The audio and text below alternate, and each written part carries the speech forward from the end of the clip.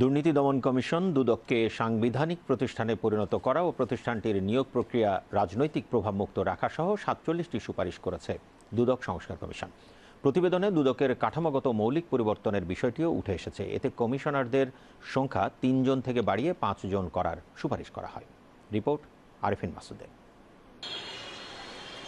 দুর্নীতি নিয়ন্ত্রণের লক্ষ্যে ২০০৪ সালে প্রতিষ্ঠা করা হয় দুর্নীতি দমন কমিশন দুদক। প্রতিষ্ঠার পর ২০ বছর পার হলেও দেশের মানুষের আস্থা অর্জন করতে পারেনি এই প্রতিষ্ঠানটি। সরকারি এই প্রতিষ্ঠানটিকে আরও কার্যকরী ও মানুষের আস্থা অর্জনের সক্ষমতা বৃদ্ধির লক্ষ্যে অন্তর্বর্তীকালীন সরকার গঠন করে দুদক সংস্কার কমিশন। গঠনের প্রায় ৩.৫ মাস পর বুধবার অন্তর্বর্তীকালীন সরকারের প্রধান উপদেষ্টা প্রফেসর ডক্টর মোহাম্মদ ইউনূসের কাছে প্রতিবেদন জমা দেয় দুর্নীতি দমন সংস্কার কমিশন। দুর্নীতি দমন কমিশনের কয়েকটি সংকটের দিক চিহ্নিত করে প্রতিবেদনে দুদক কাঠামোতে মৌলিক পরিবর্তন আনার ৪৭টি সুপারিশ করা হয়।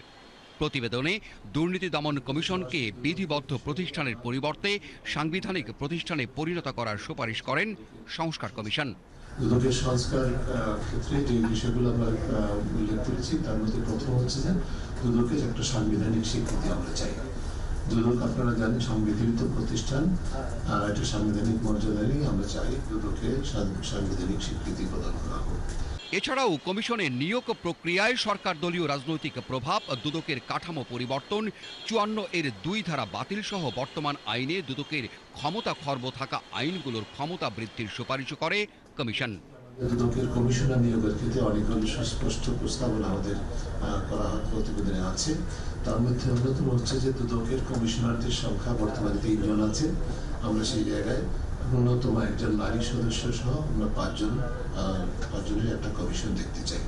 সেই লক্ষ্যে আমরা সবাই প্রণয়ন করেছি এবং এই ৫ জনের মধ্যে এই কমিশনের মেয়াদ হবে ৪ বছর। বর্তমানে ৫ বছর নির্ধারিত আছে। আমরা চাচ্ছি এটাকে ৪ বছর করা হোক। তাতে দুদকের মধ্যে ভাইব্রেন্সি এবং ডাইনামিজম হবে বলে আমরা বিশ্বাস করি। এর পাশাপাশি আমরা চাই যে ৫ জন হবেন, ৫ জনের পেশাগত ডিস্ট্রিবিউশন এমন হবে যাতে করে সংশ্লিষ্ট খাতগুলোতে কোনো ক্ষেত্রে একের অধিক সদস্য না থাকে, কোনো প্রাধান্য না থাকে, সেই বিষয়টা নিশ্চিত করতে হবে। তাছাড়া কমিশনারদের সংখ্যা বাড়ানোর কথা এই জন্য বলছি যে বাংলাদেশের দুর্নীতির ব্যাপকতা, গভীরতা এবং যে ধরনের দায়িত্ব দুদকের হাতে, সেটা ৩ জনের জায়গায় ৫ জনের হাতে নেতৃত্ব থাকলে সেটা সহজ হতে হবে। সুপারিশ প্রতিবেদনে দুর্নীতি দমন কমিশনকে দুর্নীতি এবং রাজনৈতিক ও আমলাতান্ত্রিক প্রভাব থেকে মুক্ত করার দিকগুলোতে গুরুত্ব দেয় সংস্কার কমিশন। আমরা দীর্ঘদিন দেখেছি যে এক্ষেত্রে আমলাতন্ত্র, বিশেষ করে প্রশাসনের প্রাধান্য বেশি ছিল সবসময়। সেই জিনিসটা থেকে সরে আসতে হবে যৌক্তিক কারণে। তার কারণ হচ্ছে যে কাজ দায়িত্ব দুদকের সেগুলো প্রতিপালনের জন্য যে পেশাগত দক্ষতার প্রয়োজন, সেই সমস্ত পেশার প্রতিনিধিত্ব যদি সর্বোচ্চ পর্যায়ে না থাকে তাহলে সেটি কার্যকর ভূমিকা পালন করতে পারে না। কমিশনের পর্যবেক্ষণে উঠে আসে প্রতিষ্ঠান হিসেবে দুদক নিজেই ব্যাপক দুর্নীতিগ্রস্ত।